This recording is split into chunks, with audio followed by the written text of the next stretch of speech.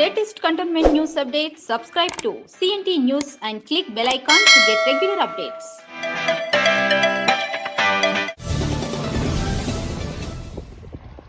ನಾಳೆಯೂ ಚಿಕ್ಕಬಳ್ಳಾಪುರ ಜಿಲ್ಲೆಯ ಎಲ್ಲ ಶಾಲಾ ಕಾಲೇಜುಗಳಿಗೆ ರಜೆಯನ್ನು ಘೋಷಣೆ ಮಾಡಲಾಗಿದೆ. ಇನ್ನು ಫೆಂಗಲ್ ಚಂಡಮಾರುತ ರಾಜ್ಯದಲ್ಲಿ ಮತ್ತು ಚಿಕ್ಕಬಳ್ಳಾಪುರ ಜಿಲ್ಲೆಯಲ್ಲೂ ಸಹ ಅಬ್ಬರ ಮಾಡ್ತಾ ಇದ್ದು, ಮಕ್ಕಳ ಆರೋಗ್ಯದ ದೃಷ್ಟಿಯಿಂದ ಮತ್ತು ನಿಮೋನಿಯಾ ಜ್ವರ ಎಲ್ಲರ ಅಬ್ಬುತ್ತಾ ಇರ್ತಕ್ಕಂಥ ಹಿನ್ನೆಲೆ ಈಗಾಗಲೇ ರಜೆಯನ್ನು ಘೋಷಣೆ ಮಾಡಲಾಗಿದೆ.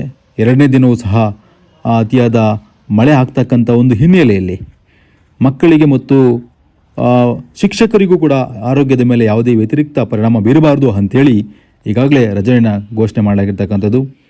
ಎಲ್ಲ ಶಾಲಾ ಕಾಲೇಜುಗಳು ಅಂದರೆ ಎಲ್ಲ ಖಾಸಗಿ, ಅನುದಾನಿತ ಮತ್ತು ಸರ್ಕಾರಿ ಶಾಲಾ ಕಾಲೇಜುಗಳಿಗೆ ರಜೆಯನ್ನು ಘೋಷಣೆ ಮಾಡಲಾಗಿದೆ.